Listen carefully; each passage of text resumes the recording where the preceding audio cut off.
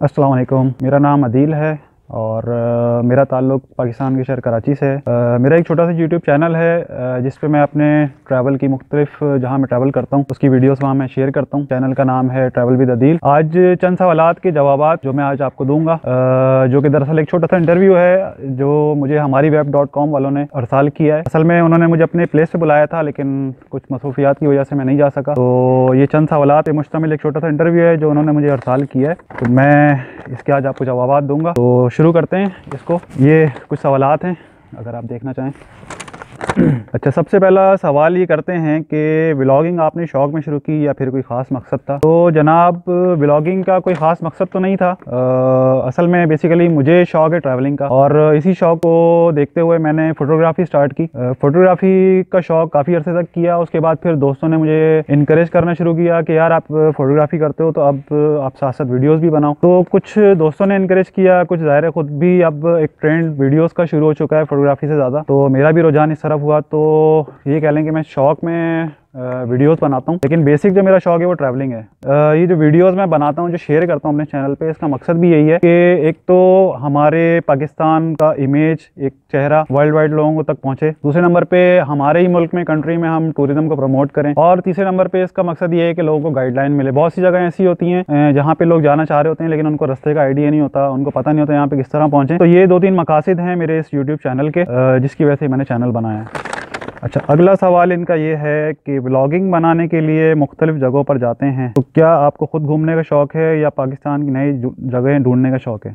तो जी हाँ, बिल्कुल मुझे घूमने का बेहद शौक़ है, और अपने इसी शौक़ को पूरा करने के लिए मैं डिफरेंट पाकिस्तान के एरियाज़ में घूमता रहता हूँ। अल्हम्दुलिल्लाह ऑल ओवर पाकिस्तान तो नहीं कह सकता मैं, लेकिन बहुत सारी जगह हैं पाकिस्तान की जो मैं घूम चुका हूँ। और जो जिस तरह भी मौका मिलता है, जहाँ भी मौका मिलता है, हम लोग जाते हैं। और नई जगहें ढूंढने का बिल्कुल शौक़ है। नई जगहें ज़ाहिर सी बात है ज़्यादा अट्रैक्ट करती हैं पुरानी जगहों से, लेकिन यह है कि नई जगहों पे बहुत सी नई जगह ऐसी हैं जहां तक पहुंचना आसान नहीं होता, एक एडवेंचर होता है। तो लेकिन नई जगहें देखना ज़ाहिर है सभी को पसंद होता है, तो हमें भी पसंद है। अच्छा, तीसरा सवाल करते हैं कि मोटर बाइक पर जाकर व्लॉग्स बनाते हैं, मगर ऐसा क्यों? क्या बाइक पर जाना आपको पसंद है? बाइक पर जाना मुझे पसंद तो मैं नहीं कह सकता। असल में मुझे वही बात है कि मुझे ट्रैवलिंग का शौक़ है, चाहे वो बाइक पे हो, चाहे गाड़ी में हो, या पब्लिक ट्रांसपोर्ट पे हो। मेरे पास अभी ज़ाहिर है मोटरसाइकिल ही है सिर्फ, तो मैं उसी को प्रेफर करता हूँ और उसी पे ज़्यादा ट्रैवल करता हूँ। अगर अल्लाह ने मुझे गाड़ी दी तो मैं यकीनन गाड़ी को, मोटरसाइकिल के ऊपर मैं गाड़ी को प्रेफर करूँगा, क्योंकि मैं लग्जरी ट्रैवल को पसंद करता हूँ। एडवेंचर और मतलब मुशक्क़त वाले ट्रैवल को मैं इतना पसंद नहीं करता। तो बाइक पर भी मेरी कोशिश ही होती है कि मैं ऑफ रोड्स जो होते हैं एक्सट्रीम किस्म के, उनको अवॉइड करूँ, और ऑन रोड जो ट्रिप्स हैं उनको ज़्यादा करूँ। तो बाइक पर ज़ाहिर है जाने की यही वजह है कि मेरे पास सिर्फ बाइक है, इसलिए मैं बाइक पे जाता हूँ। और गाड़ी होगी तो मैं बाइक के ऊपर गाड़ी को तरजीह दूँगा।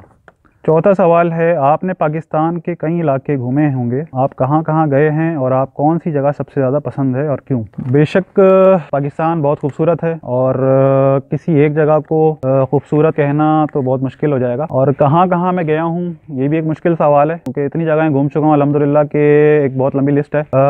इन शॉर्ट ये कि सिंध, बलूचिस्तान और पंजाब, KP के, ये सभी जगहें मैंने देखी हुई हैं। सिंध बलूचिस्तान ज़रा तफसीली घूमा हुआ है, क्योंकि ज़ाहिर है मेरे करीबी दोनों सूबे हैं। मैं कराची में रहता हूँ, एक तरफ पूरा सिंध है, एक तरफ पूरा बलूचिस्तान है, और इनको घूमने के बहुत से मौके मुझे मिलते रहते हैं। तो सिंध और बलूचिस्तान तो मैंने बहुत ज़्यादा घूमा हुआ है, और हर जगह ही तकरीबन घूमी हुई है इसकी, और इतना घूमा हुआ है कि शायद आम एक बंदा इतना नहीं घूम सकता। बहुत सी ऐसी जगह हैं जो नॉर्मली आपको शायद पता भी नहीं हो उन जगहों का, जो मैंने सिंध के अंदर खुसूसी तौर पर मैंने घूमी हुई हैं। और पंजाब साइड और KP के जो मेन जगहें सारी तकरीबन सब घूमी हुई हैं। अभी मेरा जो अगला नॉर्थ साइड पे जाने का इरादा है वो स्कर्दू, और के अलावा आपका गोपिस वैली, तो इन 2 जगहों पे भी जाने का इरादा है। बाकी ऑलमोस्ट तकरीबन सभी जगहें घूमी हुई हैं। सवाल नंबर 5 ये करते हैं कि क्या नई और दिलचस्प जगह तलाश करते हुए कभी गुम हो गए? ऐसे तो गुम तो नहीं हुए, लेकिन अभी रिसेंटली वाकया हुआ था हमारे साथ। हम मोला छोटा के सफ़र पे थे, और उसमें हुआ ये था कि हम कराची से निकले किसी और डेस्टिनेशन के लिए थे, और आधे रास्ते पे पहुंचने के बाद हमें पता चला कि जहाँ हमें जाना है वहाँ हमारा जो गाइड है वो नहीं आ रहा। तो फिर हमने अपना रुख मोला छोटा की तरफ मोड़ दिया। अब मोला छोटा का हम जब जाने के लिए रवाना हुए तो हमें वहाँ पहुँचते पहुँचते रात के 12 बज गए। अब रात के 12 बजे हम पहाड़ों में भटकते रहे और हमें रास्ता नहीं मिल रहा था। तो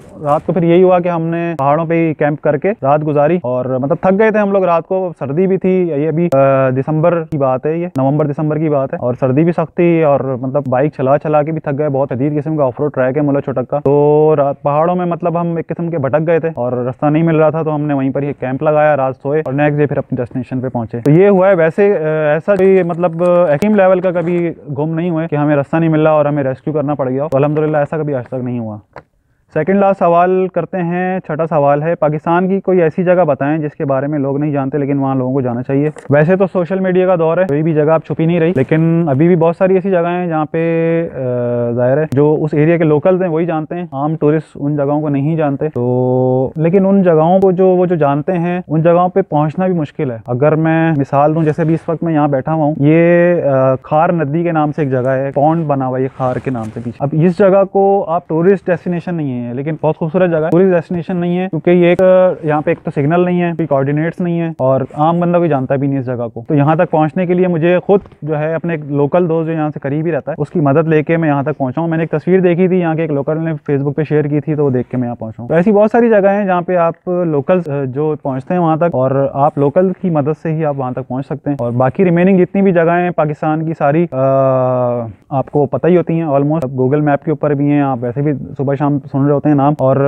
लेकिन मैं पर्सनली जो जगह को पसंद भी करता हूँ और अभी तक की जो सबसे खूबसूरत जगह में मुझे लगी वो कश्मीर के अंदर तौबट वैली है। कश्मीर नीलम वैली के अंदर तौबट का जो एरिया है वो बहुत खूबसूरत है। इसकी खूबसूरती की वजह ये है कि वो बिल्कुल नेचुरल है। वहाँ पे वही लकड़ी के घर बने हुए हैं और लकड़ी पे खाने वहाँ पकते हैं, बिजली गैस वहाँ पे है नहीं और बिल्कुल एक नेचुरल माहौल है। और ग्रीनरी, इतनी ज्यादा ग्रीनरी है वहाँ पे कि वहाँ पे जो पानी के अंदर पत्थर हैं, जो चिकने पत्थर होते हैं बड़े बड़े, उनके ऊपर भी जो है वो दरख्त हो गए हैं, सब्जा उगा हुआ है। तो वो एरिया देखने वाला है, खूबसूरत एरिया है पाकिस्तान का सबसे मेरी नज़र में। और एक नेचुरल फील आती है आपको कि यार आप किसी अलग ही दुनिया में पहुंच चुके हैं। अच्छा जी, आखिरी सवाल है, मुख्तलिफ जगहों पर जाते हैं तो खर्चा भी ज़रूर होता होगा, एक तफरीही सफ़र पर कितना खर्चा आता है? खर्चे की जहाँ तक बात है तो खर्चा तो ज़ाहिर है हर सफ़र पे एक अलग उसकी नौयत होती है। खर्चे की अगर हम बात करें तो उसका ताल्लुक आपके ट्रांसपोर्ट है कि कौन सी ट्रांसपोर्ट आप यूज़ कर रहे हैं, उसका ताल्लुक आपके होटलिंग से है, किस तरीके की आप होटलिंग कर रहे हैं, किस तरीके का आप खाना खा रहे हैं। तो ये सारी चीज़ें मैटर करती हैं ट्रैवल के खर्चे के ऊपर। अगर आप एक बेसिक